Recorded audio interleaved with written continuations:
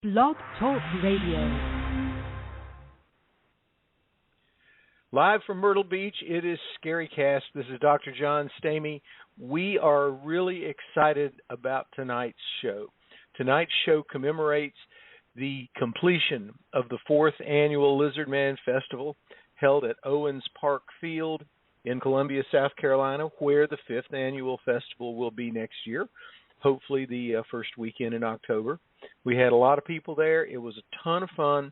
Thanks to Blue Tile Skateboards for inviting us to come out there. We had Ralph Geralds, we had Melissa Pierce, we had Eric Colley and Harvey Colley with all their telescopes. I mean, we had Robin Mcrae. It was just so much fun, and glad that everybody was out there. We killed it. I tell you what, where we really killed it was on the internet. We had so many people watching, and people were watching Devin Tate's documentary on the lizard people of Los Angeles. So it was a grand time, and I want to thank everybody that was involved in it. We're just so glad that you were, and we'll see you next year in about 11 months for the 5th. Coming up, the 5th Annual Lizardman Festival. Got to start working on it tomorrow. But so we took a day off and, had to go back to work and do all that stuff.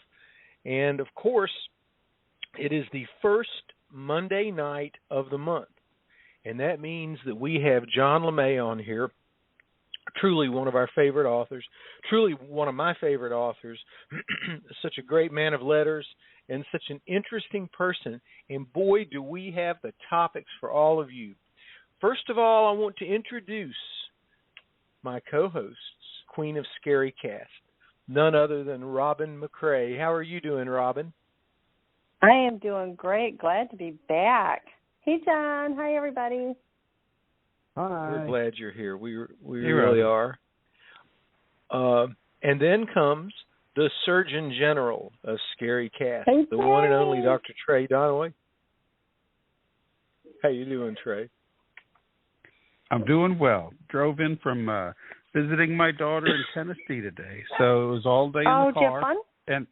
And Atlanta is always fun. Whatever time you go. It was fine.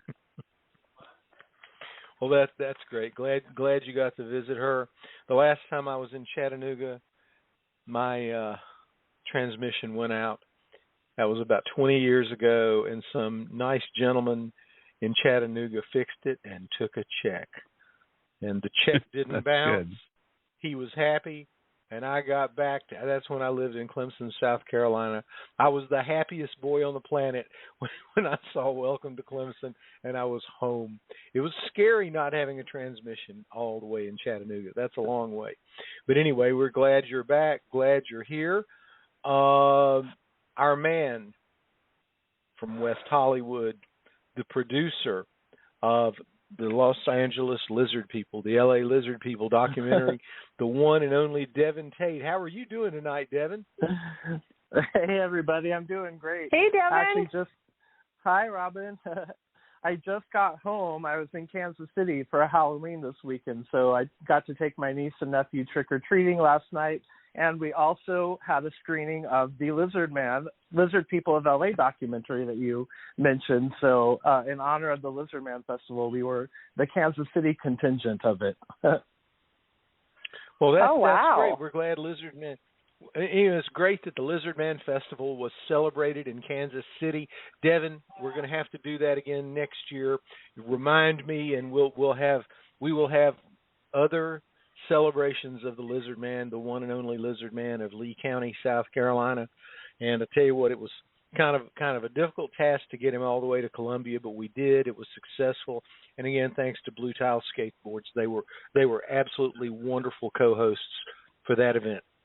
And so now, well, congrats we come around on that, to John. That's cool.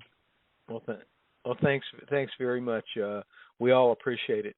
So now we come to our guest tonight, one of our favorite guests of all time. He knows so much about so many things, and he's the only person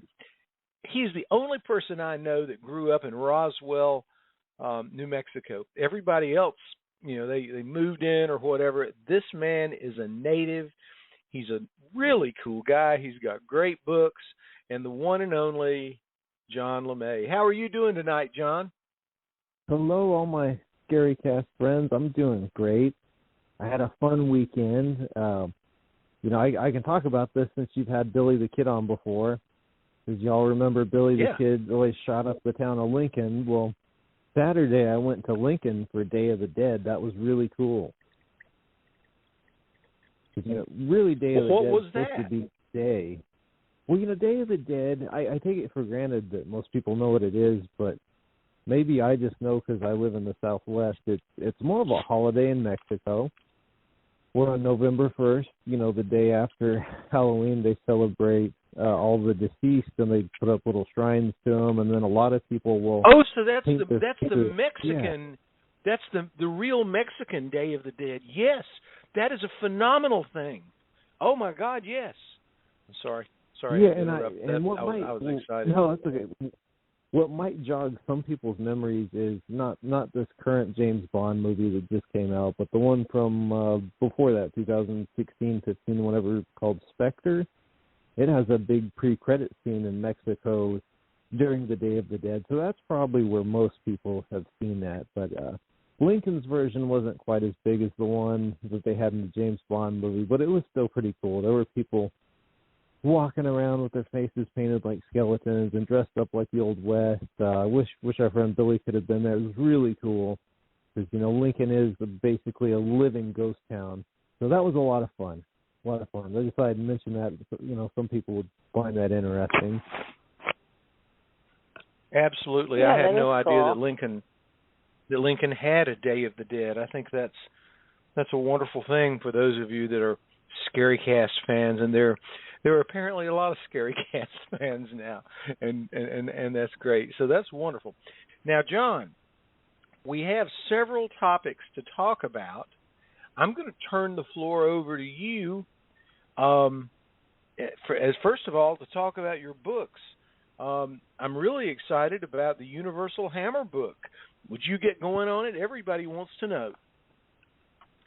Yeah, so I wrote a review and guidebook of just all the Universal monster movies and all the Hammer monster movies. So it covers, when I say classic monsters, it means basically any of the ones that were famous from books that got adapted into films, which of course means Frankenstein, Dracula, Dr. Jekyll and Mr. Hyde. Even Hammer's The Vampire Lovers, starring Carmilla, was based on a book called Carmilla. So just any kind of classic monster from either Hammer or Universal. I reviewed every single movie between the years 1910 and 1980. And, if you know a lot about horror movies, you probably won't learn that much, I'll be honest. But it's mostly just my own personal thoughts about which movies I liked and which ones I didn't. And, I have some odd tastes. I think my favorite Hammer movie is actually Dracula AD 1972. That's my favorite. And most people kind of roll their eyes at that one. Haven't any of you all seen that one? I've seen all the Dracula movies. Yes, Robin? I haven't, sorry. Oh, okay. Well, I guess most people make fun of it because, it's set in 1972 and has Peter Cushing as like a modern version of Van Helsing, and Dracula gets resurrected in 1972 London, and it's got all the hippies and all that, so it's kind of dated, and people make fun of it, but I think it has a really good style, so it's one of my favorites. But that book, though, if anybody's intrigued by it, it's called The Big Book of Classic Monster Movies. And that's what you type in the search engine to find it. That sounds absolutely awesome, John. And John, I want to tag on something here. There's an entire genre of horror movies that has been abandoned by one of its creators, and I want to talk to you about that after the show tonight. I don't know. Have you ever heard? We had him on as a guest one night. Aiden Chick. He is a co-creator of analog horror. Are you familiar with that genre? No, It is absolutely spectacular. I put up the Facebook page for Analog Horror. I got analoghorror.org, and it redirects. And I think it's very interesting because it uses old broadcasts as part of the plot, and I think it's very, very interesting. But what was troubling is in the documentary, he never found the original Analog Horror film, which I don't know if any of you remember this, but I think it's one of the most frightening films ever made, starring the one and only Debbie Harry of Blondie. It's Videodrome. Now, does anybody remember Videodrome? I love that movie. I'm a big Blondie and Debbie Harry fan, so I had to watch it, and it's really cool. It is It's terrifying, isn't it, Devin? It is. It really is, and Aiden Chick turns out to be 18 years old. He's done 20 different analog horror shorts, and he just was not old enough to know about Videodrome. I saw it premiere in the theaters. So the field of horror is rich, and it's a beautiful panorama of things that truly go bump in the night. So anyway, John, we'll talk about that. But yeah, everybody go out and I've got to get my copy of.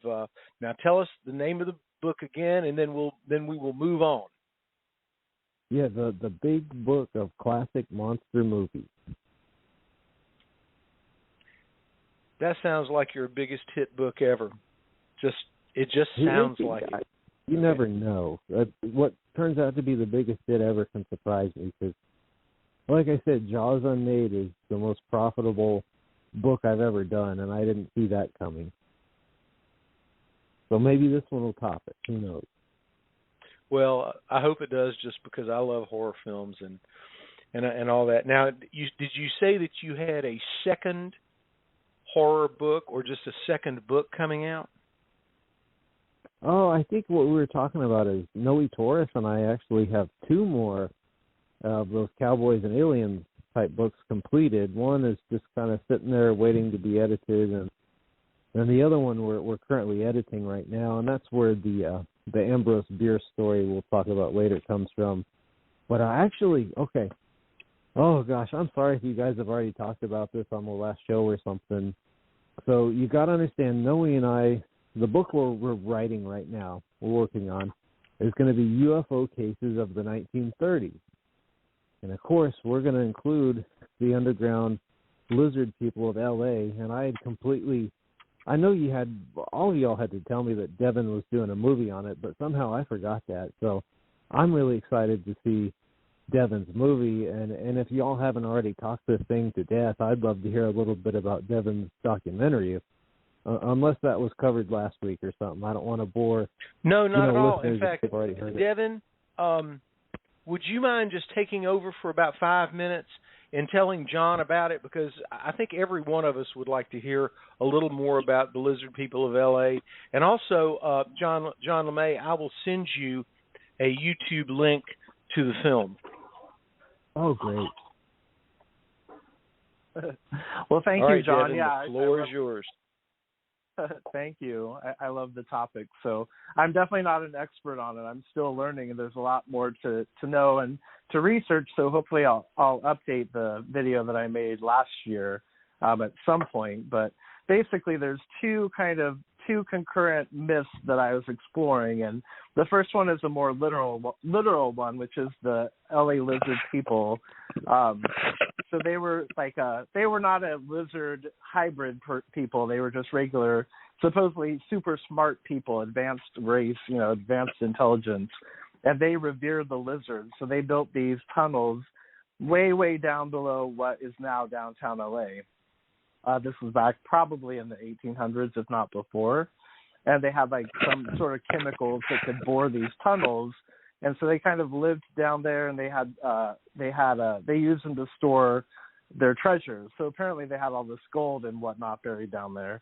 Well, this legend got passed down, and eventually in the 30s, during the Depression, this guy, George Shufelt, actually somehow found this map that he said was a map of the tunnels, and he convinced the county of Los Angeles to let him dig down to see if he could find the tunnels. So it was a big deal in the press for a while. LA Times covered it quite a bit. But every time he would get down to, the depth that he was trying to get to, the tunnels would fill up with water. And it just ended up costing a bunch of money, and they never were able to, get down deep enough to where he said they would find the tunnels. And, eventually the Depression wore on, and, people didn't want to spend money on things like that. So it just kind of, the investigation dried up.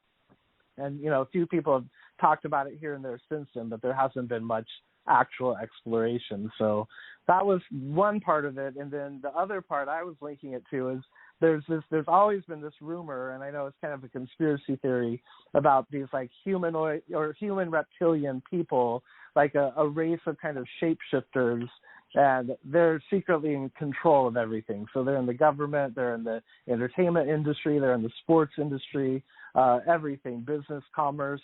And so that I kind of tied the two legends together because it's kind of one of those things you hear, especially in LA, about the lizard people that are secretly in charge of Hollywood and the Illuminati. So I kind of queried whether these two were related, and somehow, the tunnels had something to do with that lizard people conspiracy. So, there's a lot to explore and read and look into with that whole topic. Well, I can't wait to watch it. That was a great summary. That'll be awesome. Right. I'll definitely send you a link. Well, Devin, I'll just forward this to John as the show's going on, because I want to make sure he has a copy, because I think, historically speaking, it's a great documentary, and you did a good job, and that was kind of the cornerstone of the third annual Lizardman Festival, which was online because of COVID. So we want to thank you as the executive producer of the Lizard People of LA documentary 2019, and just thanks for 2020, and thanks for everything you did on that and letting us show it at the fourth annual Lizardman Festival. So that was wonderful. So John LeMay, you'll be able to take a look at that and enjoy it. So I guess we've come to the point. Before we go though to the Ambrose Bierce, I got to ask Devin something else, since he lives in Hollywood, and I just think the listeners will enjoy it too. So I heard of kind of a more recent Hollywood conspiracy, and I've seen a picture of it. So I guess it's outside of the theater where they do the Academy Awards. They had shot a movie back in the 19-teens. I don't remember, it was pre-1920. Some silent film about Babylon, I think, and the big Babylon gate and set is located somewhere in Hollywood, outside where everybody can see it, right? Something like that. Yeah, so that was that movie. I forget the name of it, but it was one of the early silent films, and there was, the Babylon set that was built. It was gigantic, and after the movie, there was no budget to tear it down, so they just left it there for years and years until it finally deteriorated, and somebody finally carted it off and got rid of it. But then in 2000, right around the turn of the millennium, they were building a new project at Hollywood and Highland, the intersection. It was a big shopping mall, also called Hollywood and Highland. But it was a huge redevelopment project. The subway station is underneath. There's 6 levels of parking, and they recreated parts of the Babylon set there, including these gigantic elephants that kind of towered over the whole shopping center, which those are now being removed. So some people are glad to see them go. Some people are up in arms about it. It's kind of that whole culture wars thing. But most people, I think, that live in Hollywood don't really care too much about the mall anyways and what they do. It is a really old movie that nobody really knows about. So almost nobody got the connection when they would come to the shopping mall. Well, the conspiracy theory I heard is that they did real Babylonian occult rituals on the set. Either filmed them or they didn't, and that was kind of their secret Illuminati type deal. But I guess right now the word on the street, and I saw a photograph of it, is that it's all of a sudden been draped under a huge black tarp, and it's covered up now. I didn't know if you'd seen that in the flesh, but I saw a picture of it that someone took, and they claim it's recent. So you mean the original set or the shopping center? I think like the set that's on the shopping center, like the whatever the big Babylonian gate was, is what I understood. Yeah, that's true. I walked by the other day, and that whole gate is covered in black. And you know what I heard is a long time ago, I heard that was actually built as a structure with floors inside of it, so that there's rooms inside that could be finished out theoretically to be a restaurant or a bar or, an event space. But I don't know that's, I don't know what they're doing with it right now. Okay, yeah, I always like to hear alternating opinions because, the conspiracy people will say, well, it means this, and then maybe someone who lives there will say, oh, well, they're just remodeling it, and I peeked under the tarp, and I saw it, and everything's fine. And so I was just, because that's interesting, though, that you haven't heard why they covered it up, so that's kind of odd and intriguing, I guess. Well, I know they're rebranding it, so they don't want to call it Hollywood and Highland anymore. They want to call it Ovation Hollywood. So it definitely has something to do with that, but I don't know exactly what part it's going to play. Yeah. But yeah, that's interesting. I definitely want to look into more conspiracy theories about things that have happened there. That is very interesting, especially the fact that whether or not that they had Babylonian rituals. I mean, that just gets back to Zechariah Sitchin and all of his Babylonian and Sumerian stuff, and it's just such great entertainment. It really is. In fact, I'm surprised, speaking of Zechariah Sitchin, I don't know if everybody knows who he is, but he wrote these 4 books about the Sumerian culture and Planet X, Nibiru, and all this crazy stuff. But they sold worldwide, and I mean, I have my copy. It's a 4-volume set. I got it sitting on my bookshelf. I wouldn't let it go anywhere. It's just very interesting. So Devin, you and I will. That'll be something we can talk about later. Just how does all that fit together? I think it is really interesting. It's part of our culture. And I will say this as I close about culture and the Lizardman. I was talking with a 4th grade teacher in Sumter, South Carolina at the Iris Festival about 4 years ago. And I told her about the Lizardman Festival. And she came up, she made the most profound statement I've ever heard. She said, you know what, I don't care if you believe in the Lizardman or not. And I guess we can expand that to say, we don't care if you believe in any of these myths, legends, or whatever. If they occurred in your area, you at least need, when you graduate from high school, you at least need to know what they are because they are part of your culture. And I just thought that was a brilliant statement attributed, and I cannot remember her name, but I would attribute that. There was a very nice 4th grade teacher that said that, and I liked what she said. Because many of us have lived in areas where there are legends, myths, and everything. And it's just good to know about them because that's part of where you grew up. I mean, I know down in Pawleys Island, South Carolina, if you don't know who Alice Flagg is, you got a problem. She's the most romantic ghost probably in the country. Now, yes, Trey, a little more romantic even than Agnes of Glasgow, because there's an unrequited love story about Alice, and that's what makes her such a beautiful figure in romanticism and in the ghost world. So anyway, that's just what I got to say. Any takers or comers that have different opinions, let me know. But anyway, now John, so we've talked about this. That's great. We got you some background on the Lizardman of L.A. by way of Devin Tate. Now, tell us about your other book that has the Ambrose. I'm dying for you to get to the Ambrose Bierce story. I've got a connection with Ambrose Bierce, and we're going to have a blast. The floor again, sir, is yours. Yeah, so Noe and I, when we did our Cowboys and Aliens books, we did them sequentially where they were in order, from literally 1800 to 1899, and that's where we cut them off. In other words, like once we finished books 1 and 2, which went up to the year, I think book 1 was like 1800 to 1864, and book 2 was 1865 to 1895, and book 3 was just like 1896 to 1899. So what I'm saying is, like if Noe and I had found a story from 1855 and we were too late, we couldn't put it into the third book because we had already established it was only going to be like 1896 to 99. Because, Noe and I are very particular and like everything to be orderly. But, obviously we found a lot of stories that we missed.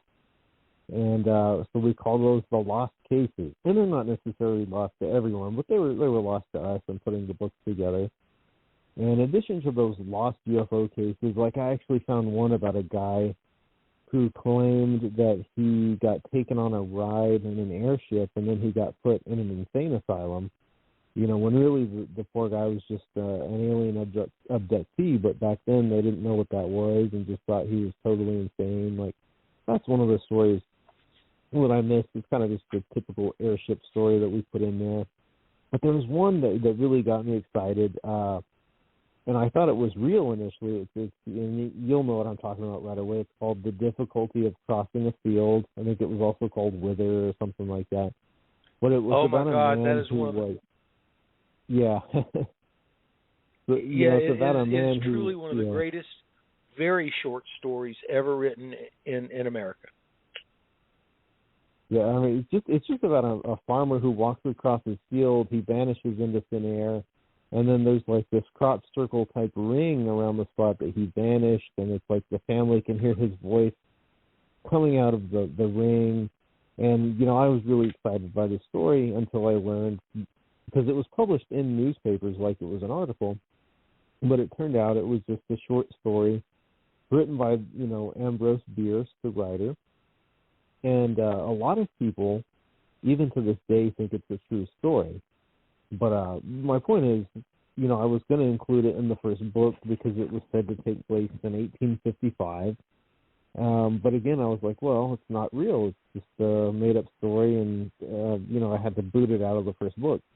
Well, a little while later, I was kind of reading about how Ambrose Bierce, he didn't just make up a story. He had a friend, some guy named Dr. Hearn. They never gave his first name. It was just Dr. Hearn. Dr. Hearn was really ahead of his time in terms of belief of like wormholes and things like that, alternate parallel dimensions and universes. And Dr. Hearn believed in these things he called vacua, like probably vacua is in the vacuum of space or something. But Dr. Hearn believed that there were these little portals across the world that you could step into and disappear, and that's what inspired Bierce to write his story. And then Bierce himself disappeared without a trace. Nobody's ever found his body. They don't know where he went. So that kind of gave... Okay, John, may I interrupt you? First of all, there are two major questions I'd like to be answered. First comes from the Queen of ScaryCast, Robin Mcrae. Can you tell us a little bit about your experience with portals and how they may or may not coincide with Ambrose Bierce's story that, here's some dude and you can hear his voice, but he's not there? Well, first of all, I'm not familiar with that particular story. I'm sorry, guys. That's okay. It's about 1 page long. Yeah, portals I'm very familiar with. I was taught by Bigfoot on how to open and close them. I've had multiple experiences with them. I've had animals run into them and completely vanish into thin air and come back out later. I've talked to people that have actually put their hand in it and watched their hand completely disappear and then pull their hand back. I accidentally went into one at one point in time, although very briefly, and I was able to come back. The thing with portals, they are not made for our bodies at all. Our bodies don't tolerate them well. When I went into the one that I went in, it was because I ended up going to a different place. It was very fast. It was a matter of I went in and I was there, and then when it was time to leave, I did the same thing and I came back. It doesn't always work that way. It's like the best way to explain it is when you get on the expressway in your car, okay, and you're going down that expressway, it veers off and it goes to different expressways and it goes all over the place and it's just endless. It's like a spider web that never stops.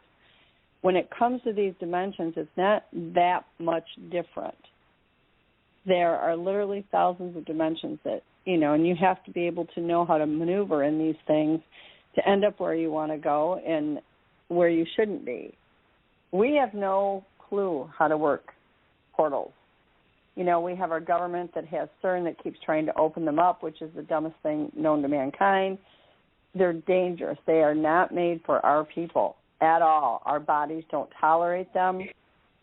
The Bigfoots had, at one point in time, I had one I'm very close with asked me to go into a portal, and I said, well, I'm a mom, I'm a grandma, I have responsibilities, can I come back? And he said, we can't promise that. Your bodies aren't made for it. And I never did go into it. I had already gone through it briefly multiple years beforehand. I was very grateful I made it back. I know people that have gone into them and come back, but that is not the norm. Okay, that is not something that is recommended. It is not something that I would tell anybody to even attempt. We have no way of knowing where we would end up. Okay, our bodies don't work well in them. We don't know what we're doing with them. It's just not a good idea. There's more than one kind of portal. There's one that's called an anchored portal, which stays there at all times. I have one across from the end of my driveway that's anchored. There's also portals that are not anchored, which means they can be opened and closed and moved whenever they want to. I have contacts all over the world that have literally watched the Bigfoots just open a portal in the ground and jump down into them, and then it's gone. I've had portals open up in my front yard for no apparent reason, and 10 minutes later they're gone. I have a photo of one outside my garage door. There's a UFO above it. A portal opened up underneath the UFO, and a head was coming out of it. I have pictures of it. And then it was gone. And it hasn't been there since. Portals are very complex. They're not just this thing and, you read about in the books of just, you dive in it and you go here and here and here. It doesn't work that way. It so does not work that way. They're very complicated. They're very complex. So I guess, Robin, my question to you is this. Would it be possible that you could get into a portal and you could be screaming to get out and people could hear you but they couldn't see you? Is it possible that could happen? I would say yes. I'm not sure they would even hear you. I can say that it would not surprise me that you've gone into a portal and you can't get out no matter what you're doing. I think that's entirely possible. If your vibration isn't up high enough where you're going to be able to activate that portal to open it completely. I mean, as far as hearing somebody yelling to be let out of it, I don't know. That one is a good question. I'm not quite certain that I can 100% say that part would happen. But I wouldn't, I'm not going to say that it wouldn't either. I don't know everything. I mean, I'm not an expert. But, there are times that we hear things and you turn around and there's nothing there. Is that something that could have happened?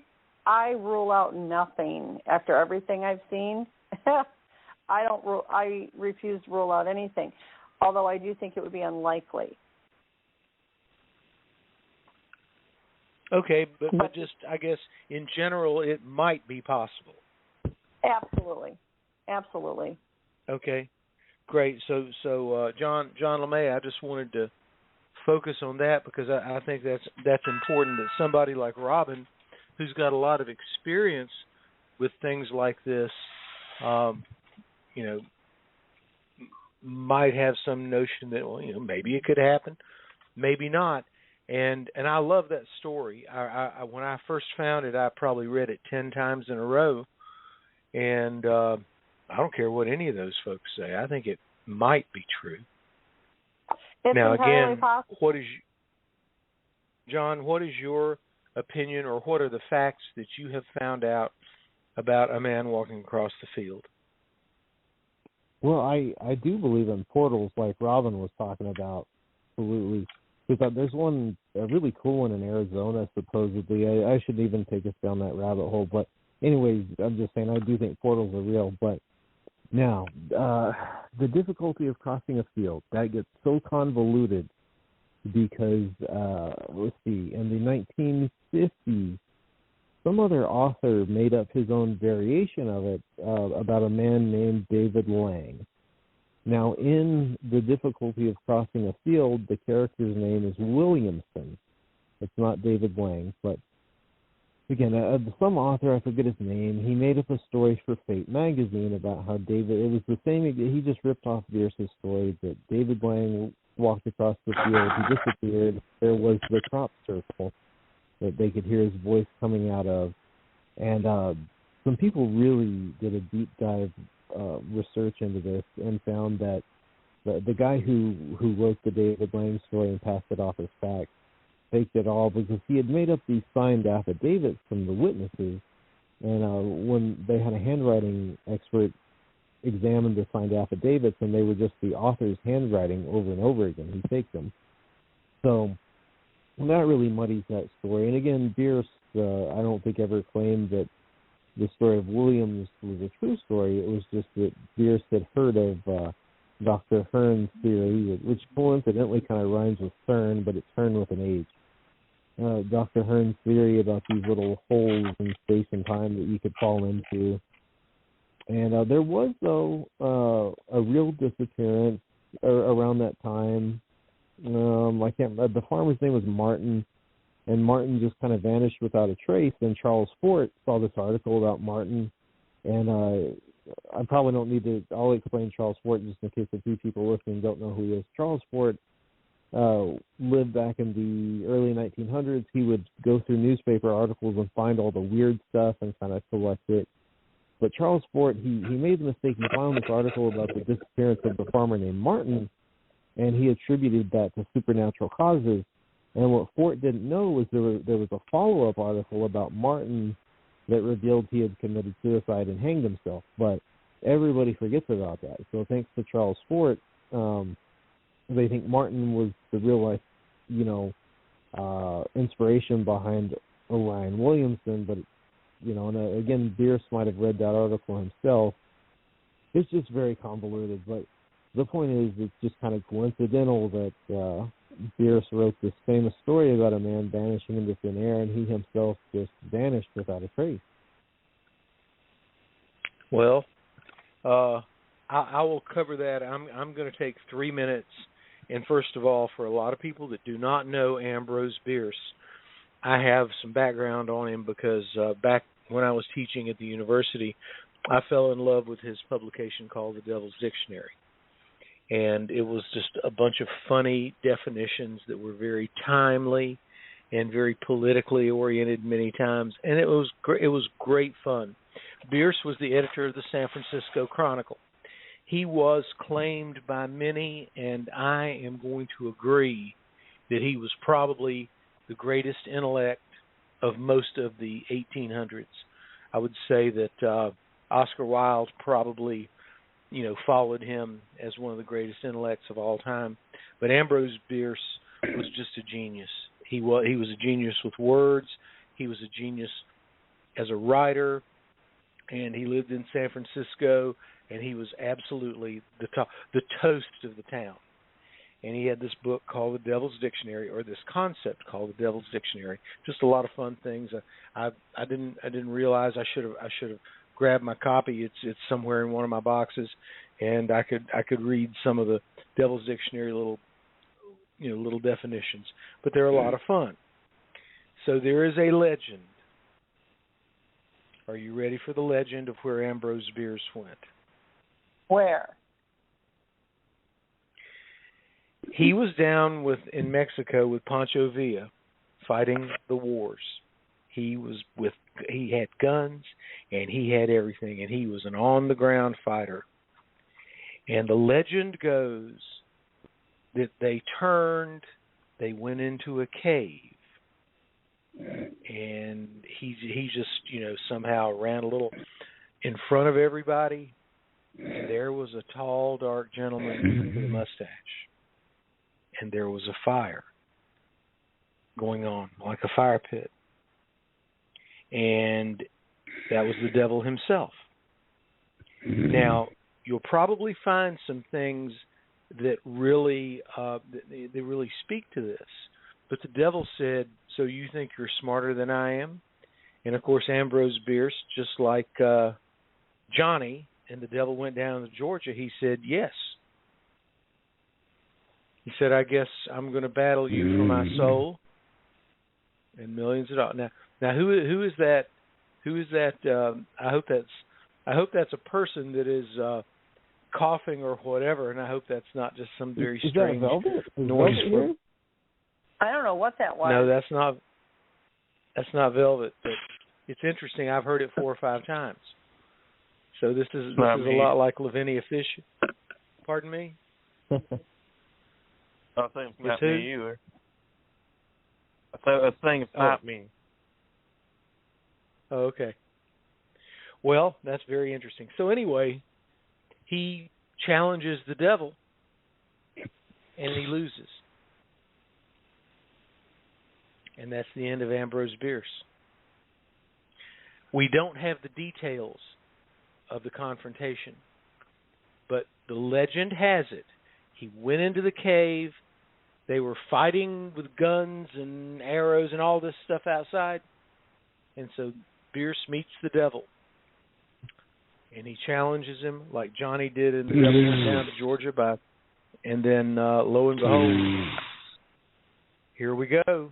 He lost. What so is that? That is the legend. I think it's just Trey messing with us. See, Trey's been really quiet tonight. Trey, are you still there? Trey? I'm still there. No, that wasn't I think we may have picked up a... What you got? I said that wasn't you that made that noise? No. I don't know what that is. We've picked up a visitor is what we've done.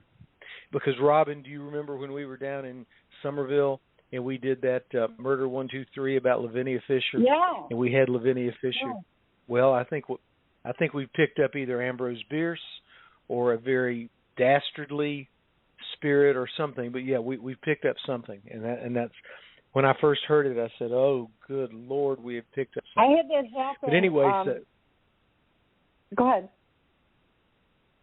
I was just going to say, I think we picked up a spirit because this is a very murky topic. It's got great people. It's got Ambrose Bierce. It's got the devil in it. It's got the Devil's Dictionary. It's got so much stuff in it that it might have attracted something. Anyway, John, tell us about Ambrose Bierce and the skulls. Yeah. So after I finished that. The chapter on him and crossing the field and all that, I found some more information that I've never heard before. So, Mitchell Hedges, I forget his first name, allegedly discovered the crystal skull in Mexico. I'm trying to think what year it was. 1923, I think his daughter, Anna Hedges, claimed that she found it, and then her dad took it. They claim that's just a cover story. Because Mitchell Hedges was a spy for the U.S. to kind of come down and spy on Pancho Villa at the same time that Ambrose Bierce was hanging around with Villa in 1913. And that's basically the year that Bierce disappeared was. The last telegraph letter anybody got from Bierce was in December of 1913, and they never heard from him again. So they think he disappeared in 1914. But there's people out there who think that Bierce and Mitchell Hedges together somehow found that crystal skull. And then some people even put forth this crazy theory that maybe Mitchell Hedges bashed Bierce over the head and killed him, and that's why he never saw him again, and that's why Mitchell Hedges had the skull. But that's just what you call wild speculation.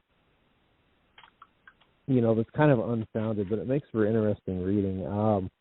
Now, I wrote that chapter a few months ago, and I actually proofread it yesterday, and I've already lost, I don't retain things very well anymore because I'm always in the middle of so many projects, so I hate to say it, even though I read it just yesterday to proofread it, I've already forgotten a lot of the details, but the bottom line is just that, there's a good chance that Ambrose Bierce met Mitchell Hedges, and they might have discovered that crystal skull together. And, now it's coming back to me. So Mitchell Hedges, you have to understand, he also wrote a novel called White Tiger. And it's about a white man who goes to Mexico, and he's kind of renowned by the native people there. And he somehow falls in with a group of Aztecs, or modern Aztecs, I guess you'd say, that have a hidden underground Aztec city, and they have crystal skulls in it. And it's so interesting because I think what's his name, Mitchell Hedges, wrote and published this book, White Tiger, before the discovery of the crystal skull was ever made public. So, I mean, that's kind of eyebrow-raising that he was writing about crystal skulls in a novel, then he finds one for real. That's why a lot of people think that he found that crystal skull long before 1920, whatever the year was that his daughter Anna claimed that she found it. And it does get weirder because they talk about the underground Aztec city that has the crystal skulls. Well, the folklorist J. Frank Dobie, he's pretty reputable. He wrote about the lost, he called it the buried city of enchantment in Mexico that was kind of like the buried Aztec city rumored to exist somewhere in there. And he described it exactly the same way that Mitchell Hedges described it in White Tiger. So that's kind of an interesting parallel. And then the last parallel that kind of gives it some credence, again, White Tiger is about this white man from America who becomes renowned amongst these kind of Aztec people. Well, contrary to Ambrose Bierce dying or disappearing in 1914, there was an explorer all the way down in South America in the 1930s, and he ran across this really elderly white man in the jungle. And it's kind of funny because this sounds like something Ambrose Bierce would have loved. This white man in the jungle claims that he's being held hostage by a tribe of natives that revere him as a god. And he kind of hinted that he was Ambrose Bierce, and he gave the explorer some letters to take back to the U.S. I guess that would have proved that he was Ambrose Bierce, so that he would survive. And the explorer lost him. But, I mean, doesn't that sound like a kind of a funny fate for Ambrose Bierce if it's true?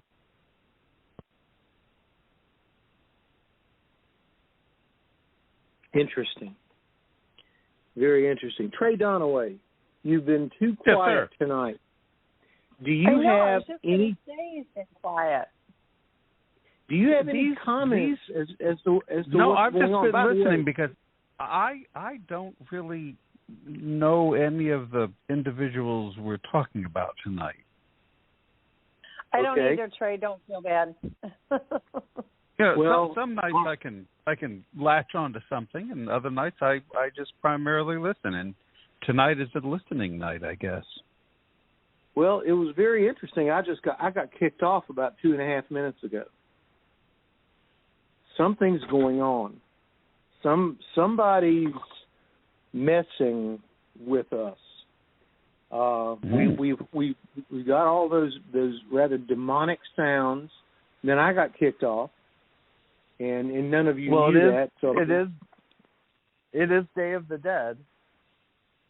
Oh, that is true. I think it was talking about the Hollywood monolith.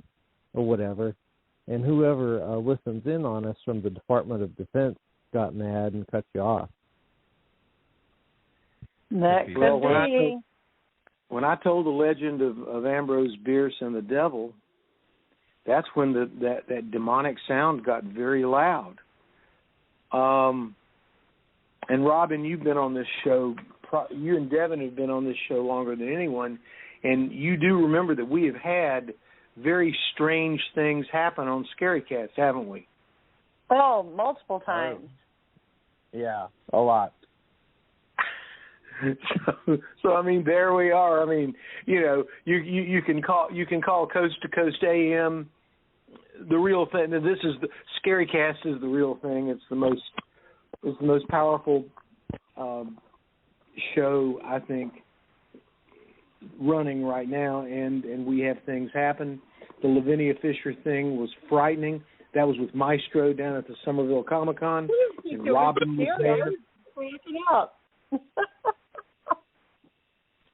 So, I mean, Yeah, that was, Maestro was like, he couldn't figure that out. That really kind of blew his little mind.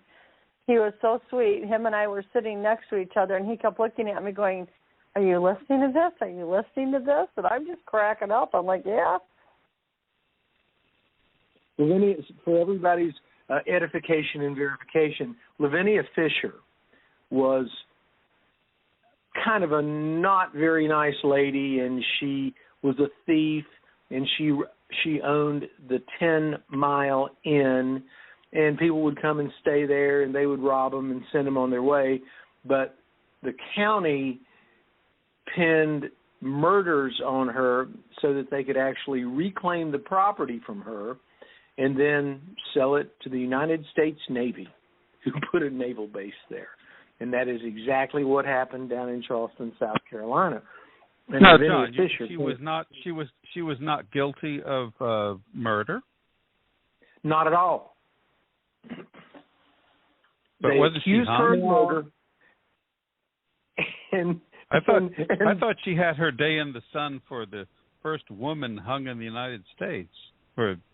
She not correct? did, Trey. No, she did. They just said, okay, you committed murder. Okay, thank you. We're going to kill you, and now that you're dead, you have no heirs, so we're going to take your property. And that's exactly to the letter what they did. And so Lavinia Fisher is coming through, and I've still got that. In fact, I've got that as an episode of a ScaryCast from about 2.5 years ago. I mean, she is there talking to us through the speakers, and Robin, it's creepy as all get out, isn't it? Well, like I said, Maestro got really creeped out. Some people, I think, that were actually in the audience were getting very creeped out. To me, I didn't feel creeped out because, first of all, she had already given me information, and I was sitting there, and I hadn't put it out yet, and then all of a sudden she starts talking through the speaker, and everybody could hear her saying exactly what she had already told me. And Tony Filozzi was helping us that day, and he was hearing it. I think he heard it also on his end. And Maestro was like turning his chair around. I don't know if he thought he was going to see her or what, God love him. But he was kind of laughing at the same time. It was just incredible. It really was. I've had other experiences where stuff has come through, like phone lines and things. I was talking to two very good friends of mine. We were in a three-way conversation, and we were talking about reptilians. And one literally came through the phone, and you could hear it. I mean, it was hissing and making just horrible, horrible noises. So it wasn't like the first time I'd ever heard something like that. What it stood out to me about that one, John, was the fact that it's one thing to have a couple people on a phone and hear it, and it stays between you guys because that's who it's going through. But in that case, the audience heard it as well. Yes, it wasn't just I heard it, you heard it, Maestro heard it. Everybody heard it. I mean, you can't get more validation than that, and it's something that cannot be faked. It was just extraordinary. I totally loved it. I'm sorry I did.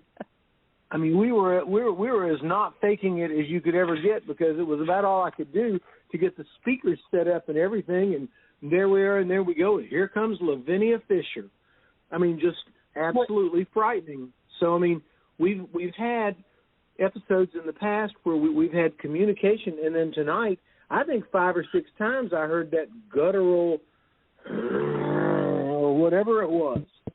It sounded like I heard it 5 or 6 they times. were blowing their nose. But it was endless. It just kept going. Like, you can't blow your nose for that length of time and keep it going. So that was kind of extraordinary. But, yeah, it was definitely there. And the first time that you mentioned it, I didn't hear it. And then I heard it the second time. Then I heard it again.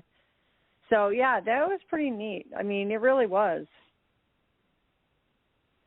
Well, to everybody that's listening in, welcome to ScaryCast. You never know who's going to show up on the show, and it might be a voice from wherever. And, John, you know how it goes at my house. Let's not even talk. We'll save that. Trey wants to come down. I've got another person that wants to come down from Columbia, and we'll all commiserate about that when it happens. But we had Trey, a ghost running around here the other day. We had muddy footprints in the house from the Bigfoot. It was a freak show. Well, Trey, you have said several times that you wanted to go down and see what would happen. Might be a surprise. I want to see Robin's house and see some of her friends that frequent her house. Yeah, we were all outside the other night, and my daughter's boyfriend had built, we have one of those metal grated fire pit things. It sits off the ground, not a large one, but a big enough. So we've got it in the front because I've got all the animals that go outside in the backyard, and I don't need them dumping it and starting the whole woods on fire. And so my daughter's boyfriend had it going, and we were all outside. We were roasting marshmallows and laughing and having a good old time. And all of us were watching all of this movement in the woods. And multiple eye shines, not one or two, but multiple all the way around. So the next morning, my daughter got up and went to work, and she happens to leave for work about 5:30 in the morning. And she's driving down the road from our house, and there was a Bigfoot youngster was sitting on the side of the road. It was literally in the road, and it turned around and it looked at her. And, of course, she was raised amongst these things. She's seen Bigfoot since she was little. It was just part of the reality. And she hasn't seen one in a few years. In fact, when we left Michigan, she's seen multiple eye shines, but she's never actually seen one in the state of South Carolina. Hears them all the time, but hasn't physically had a sighting. And it turned around and it looked at her, and it flashed like a bluish color eye shine, which is fine. That doesn't mean they're upset or want to harm you or anything like that. And then it ran across the road, and it ran like a gorilla would run. And it went up into these people's yard, and it would go so many feet, and it would stop and turn around like, okay, is she going to follow me? And then it would run a little ways and stop and turn around. I mean, it was just hysterical. So, yeah, and this time of year is their favorite time of year. It's not overly hot. It's not freezing cold yet, and they are just having a ball. They're bringing the kids out more because it's not, the weather's not that bad. And so, yeah, it's been pretty active, to say the least. And yesterday, it was not yesterday, I think it was Saturday. Yeah, Saturday. It was a freak show here, literally a freak show. I mean, my God, poor Ryan was sleeping, and everybody else was gone out of the house, and he had laid down. He wasn't feeling well, and he laid down thinking that there was still my son and his wife in the house, and nobody was here, and he kept hearing the dogs bark, and he thought, oh, it's just, Caleb and Lillian. no problem. He didn't realize they had left. And finally the dogs went crazy and they were mad. It wasn't just a barking, it was they were mad. And he got up and he came downstairs, and the doors that are always locked are now unlocked. And that was the first thing. Then there was mud all over the floor. And he's like, what is going on? So he walks outside, and somebody had let the mini pigs out of their pen, and they were running aimlessly around the backyard. And then he sees the mud at the bottom of the steps, and there's a footprint with toe prints in it. He's like, okay, now I know what's going on. And nobody was here. Everybody had left the house. And so my son and his wife came home. They went in their bedroom, and they came out, and they said to Ryan, they said, did you turn our lights off and the air conditioner off? Because, like, everything's shut off, TV, lights, everything in our room. He's like, no, I never went in there. What are you talking about? He said, everything is shut off. And the power's fine in there. He said, but everything has literally been turned off. Well, as we know, the little girl ghost that we have here, as well as the older gentleman that keeps an eye on her, they love to play in that portion of the upstairs, because it used to be before my son and his wife were in there. It's a very large room. It's like living room size. It's very large. And that used to be my grandkids' toy room. They played with the toys all the time, and when they weren't here, we would find those toys would be brought downstairs. They'd be brought all over the house. Or if they were put away, you'd go up there and they would have been out. So somebody was up there messing around. So now the kids are all teasing me about Mom's haunted house. I'm like, hey, nobody gets hurt. Everything's fine. You know, but it's been a real freak show around here lately, especially if we are at the bonfire pit. You know, I mean, you hear them moving in the woods, and you hear them, and, you know, there's trees all the way around us. And they'll go out there and they'll shake it or whatever. And my daughter and Ryan were out there the other night.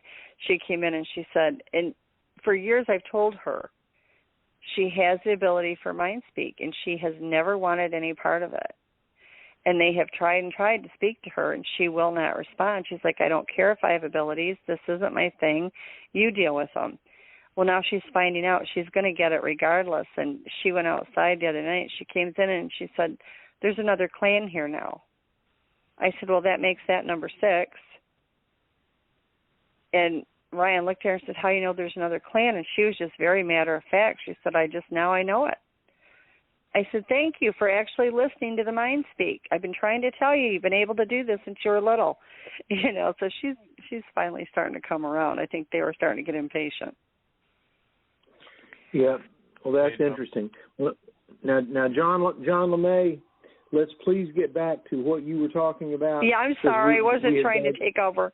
You know, we have digressed to some wonderful experiences. You saved me because that was the extent of the story. Robin saved me because that was it. That was, you might have found the crystal skull, and that's about it. I'd have to read my own book again to remember all the details. You've got fascinating things, though, in your book, John. You really do. Yeah, thank you. That's the problem, though. You know, it's just there's so many books, and each book's a different chapter. And, I mean, like this book, The Lost Cases, we cover a lot of stuff that's tangential to UFOs, like there used to be rains of flesh and blood from the sky. Pretty odd. Let's see. Noe's a big baseball fan. He actually did a whole chapter just on airship sightings in conjunction with baseball games. We found a story about an invisible monster that kind of went through a town in, where was it, Iowa, I think it was. No, it was Connecticut. An invisible monster went through Connecticut that we think could have been an alien. I even managed to kind of cobble together a chapter on associations between hellhounds and airships, which, because, you know, sometimes they see hellhounds and UFOs, and I figured we could probably find at least one hellhound airship story, and I kind of did. So, yeah, the Real Cowboys and Aliens, The Lost Cases, will have just a lot of really weird, off-the-wall stuff in it that we either felt didn't fit in the first 3 books or we just didn't notice the first time around. So, hopefully, in a couple weeks, that'll be out. Wow, that's great. Let us know, and we'll post that on ScaryCast. I think that'll be an important addition to what you've done. So now, did we have a third topic we were going to discuss, or have we discussed all of our topics? I think that was it. Believe it or not.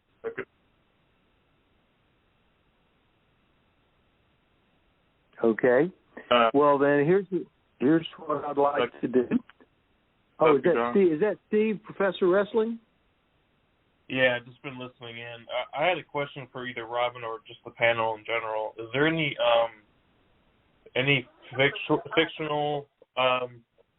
fictional works that accurately depict portals, like Robin was talking about earlier? But I was wondering if there's any fictional depictions that are somewhat accurate, like Twin Peaks or something like that. Myself, I don't know of any, but that's only because I don't read a lot of nonfiction or a lot of fiction books anymore, only because I'm so busy living all the real stuff, and I tend to deal with more of the real stuff and from other people. So I'm not going to say that there isn't. I do believe personally that for every fiction book that's out there that may have anything paranormal in it, I personally believe there's a little bit of truth in all of it. Because I think as writers, and I'm not a writer, so I mean, this is only a guess. You see things that go on in the world, or you read about different situations or whatever, and then you create this amazing story to write about because something inspired you, perhaps. And I think a lot of people, you know, whether it's intentional or unintentional, read or hear about people that have these tremendous things happen to them, and maybe they can take some of that and create a wonderful story that's fictional that people enjoy. So while I don't read a lot of fiction books, I would be very honest in saying that it would not surprise me. I think what I had in mind wasn't more literary, is more film and TV, because there's I guess other dimensions in the Twin Peaks like universe, and it's like very abstract and unsettling type portal stuff, and I was like wondering if there's any similar reports. I haven't watched or read Twin Peaks. I know my kids have, but again, I would say absolutely. I know different fictional things that I've seen on TV as far as movies. In fact, my husband and I have commented to each other about this is, you know, somebody connected with that had to have known something or had to have either experienced it or read about it or whatever, because a lot of the stuff that you see in these fictional shows and movies and TV, whatever, there is a hint of truth in all of it. Interesting. John, I didn't want to interrupt your... No. Thank you for your question. No, it was a great question. We're always glad to have you. Steve is now one of the co-hosts of Pro Wrestling Interviews on Sunday night, along with Adam Helm and myself. And we're just so glad to have him whenever he can come on to ScaryCast. He always adds a lot. He's a very entertaining guy, and I've known him for a long time, and so we're just thrilled to have him. I'd like to say one more thing to Steve, if I might. Yeah. If you look at George Lucas, okay, in Star Wars. Now, and this is not portal related, but it kind of shows you a little bit. Chewbacca, okay? Everybody thinks that Chewbacca is a fictional character, and he was created to be a fictional character. The truth of Chewbacca is George Lucas had an encounter with a Bigfoot when he was 9 years old. And when he did Star Wars, that's where Chewbacca came from. So again, there is a little bit of truth in that. While it is a fictional character, there was a reason it got to be there. And that part of it was true. I didn't know you had a cryptid experience, but it's funny, it does tie in because I think Lucas did want David Lynch to direct Star Wars, but Lynch turned it down. But yeah, I didn't know you had a cryptid experience. That's interesting. Yeah.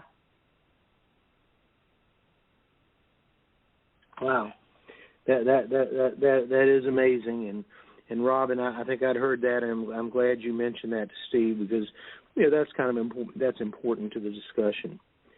So John LeMay, here's what I'd like to do.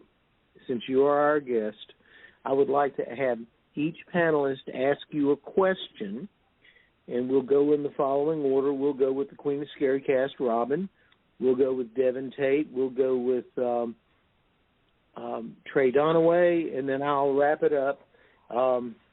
If we're all on board, Robin, what have you got to ask John LeMay?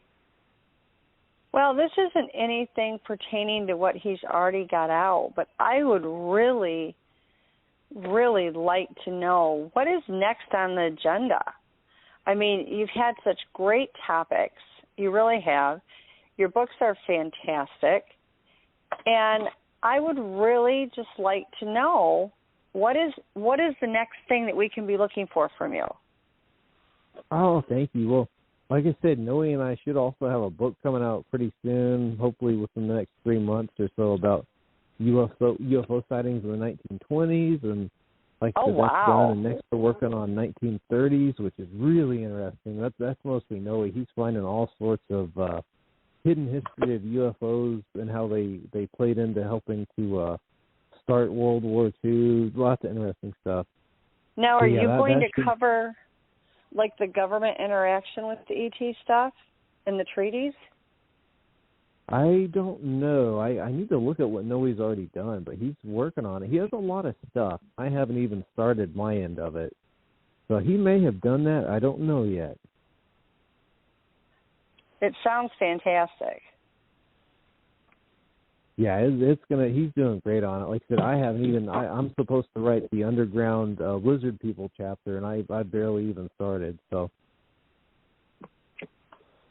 that's awesome. Did John ever show you my Lizardman photo? No, but I'd love to see an actual photo of Lizardman. Yeah, I have a picture of it from his chest up, so it's his entire head and shoulders and his neck. Oh, wow.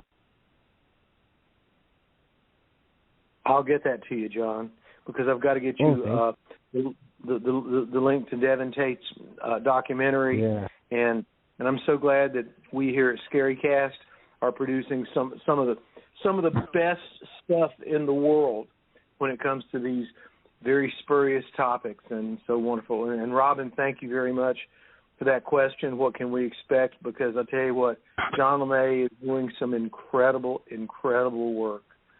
And so he's already going to be congratulated for what he's done. Hey, Dr. Stamey? Yeah, yes, Steve. I have a question for LeMay. I don't want to cut anybody, but... No, please do. We have time. John LeMay, what inspired you to write about Japanese monsters and kaijus?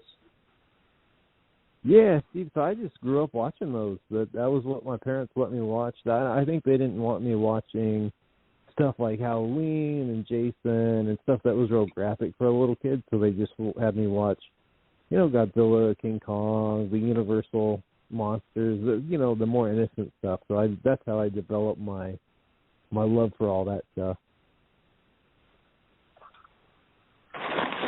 Yeah, I think our mutual friend Stro, that Dr. Stamey knows, would probably appreciate your kaiju books.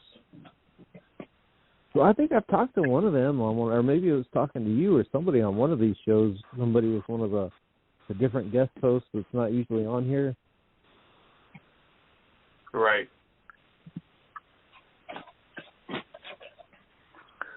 Well, that's great. All I've got to say is thank you for that good question, Steve.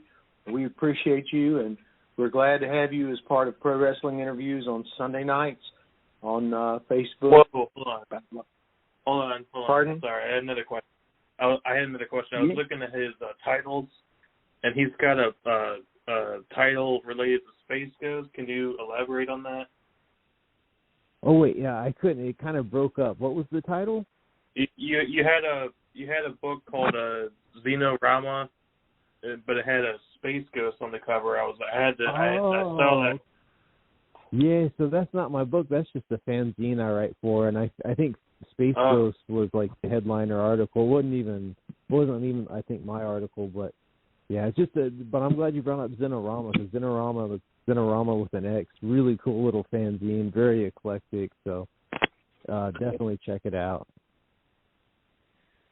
Cool. Glad I could ask you about that, John. Stamey, please continue. Okay. Yeah. All right. Well, again, thank you for that question. It was a good one.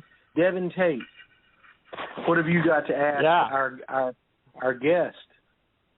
Yeah, I do have a question. First, I wanted to say hi to Steve and say I'm a huge Twin Peaks fan, so maybe on another ScaryCast we can talk about the portals in Twin Peaks and the tulpas and the Black Lodge and Judy and all of that good stuff. So I'm a huge fan. I used to have...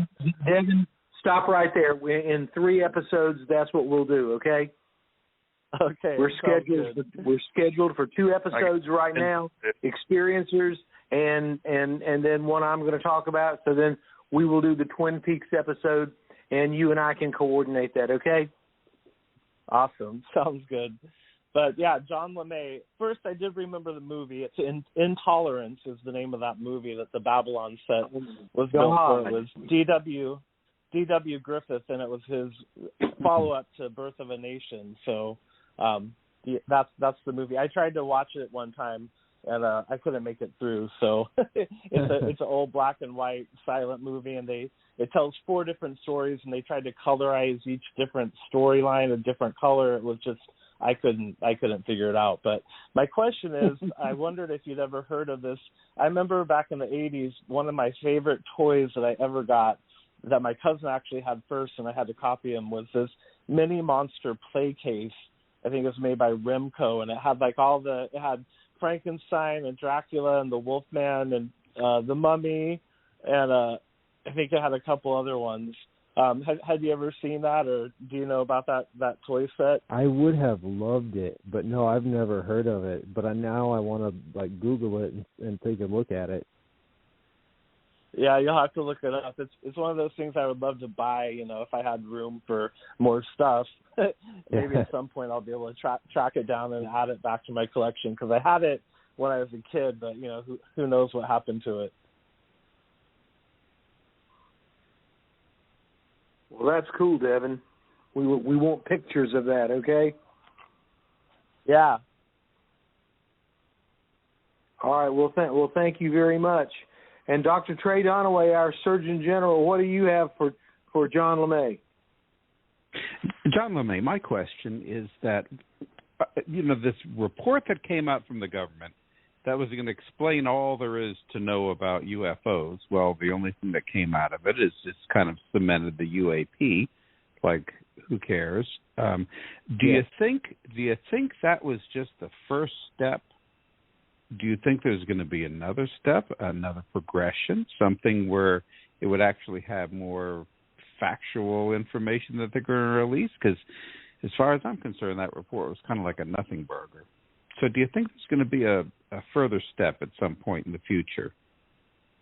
I agree. It was a nothing burger, and I think if there is an actual report with juicy stuff in it, I think they're holding on to it for an emergency when they want to distract us from something that's even worse, and then they'll put it out there, so we'll all get onto that, and we won't see what's really happening. Sounds like a plausible theory. Yeah. Absolutely. Well, thank you very much, both of you, for that. And I guess I will close with a comment instead of a question. And I would say, John LeMay, again, the most exciting thing that ever happened to me was that in your book, American Sightings, 1910 through 1919, there is a dedication. It says, to my good friend, Dr. John Stamey, keep on believing. And I think that is the biggest accomplishment I've ever gotten, to have a wonderful author like you say something like that, and to dedicate your part of the book to me. And we really love having you on the show. I think this has been a spectacular show. I believe we've had a demon come on. I've got to talk to somebody to try to analyze the part of the footage. I think most of us heard it, and it's just it's just the crazy crap that happens on ScaryCast. But we want to say thank you, and we would love to invite you back as usual for the first Monday of the month, which would be December. And we want to thank you and wish you the greatest of success with your books. And I'll get you the link to Devin Tate's documentary. We'll do whatever we can to help you. I know you've got a lot of resources, but whatever ScaryCast can do, we're a great group. We're Dr. Trey Donnelly, Robin Mcrae, Devin Tate, and myself, and we love helping people as we explore this paranormal universe. So I want to say thank you to everybody who listened. And Steve Logan, the professor of wrestling, thank you so much for being here, because it's always fun having you. Steve, again, a new star as one of the 3 co-hosts of Pro Wrestling Interviews on Sunday night, 9 p.m. Right here on Facebook. Hey, so John. Thanks to everybody. Yes. Who's that? One more question. Sorry, Mr. LeMay, favorite Mothra movie? Mothra 3, where she fights King Ghidorah back in the day of the dinosaurs. All right, I gotta watch that later. Thanks, LeMay and Stan. Well, that's great. Another great question. So thanks to everybody. We appreciate you being here. We'll be back next week. Okay, so that everybody knows, next week we have 2 experiencers. We have T.J. McMillian from West Virginia, who's got some great ghost stories. And we've got Devin Beechler from Odessa, Missouri. We're going deep into the heartland with some great stories. And then the next week, got a surprise announcement, because as soon as the Lizardman companion comes out, there might be a brand new book coming out, and it's going to be called Elijah and Ezekiel, and it's going to shock and amaze everybody. And my co-author will be there in 2 weeks. We're working, and in fact, as soon as ScaryCast is over, we're working on that. I'll be doing my call around tomorrow to all of our panelists and our guests, and I wanted to say thank you to everybody. And then, of course, the next week, Devin. Now exactly what is our topic in 3 weeks? I'd say Twin Peaks, portals, and tulpas. Okay. Well, that's good. So that's exactly what we've got. We've got a lot of things planned. It's a lot of fun. We'll see about the demon that we think it may have been a demon that came on here. So all kinds of crazy stuff on ScaryCast. We love everybody. Thank you. We'll see you next week. Same time, 9 p.m. Monday night on the greatest paranormal show in the universe. And it can only be ScaryCast. We'll see you next week, and thank you, everybody. Good night. Bye. Good night. Good night.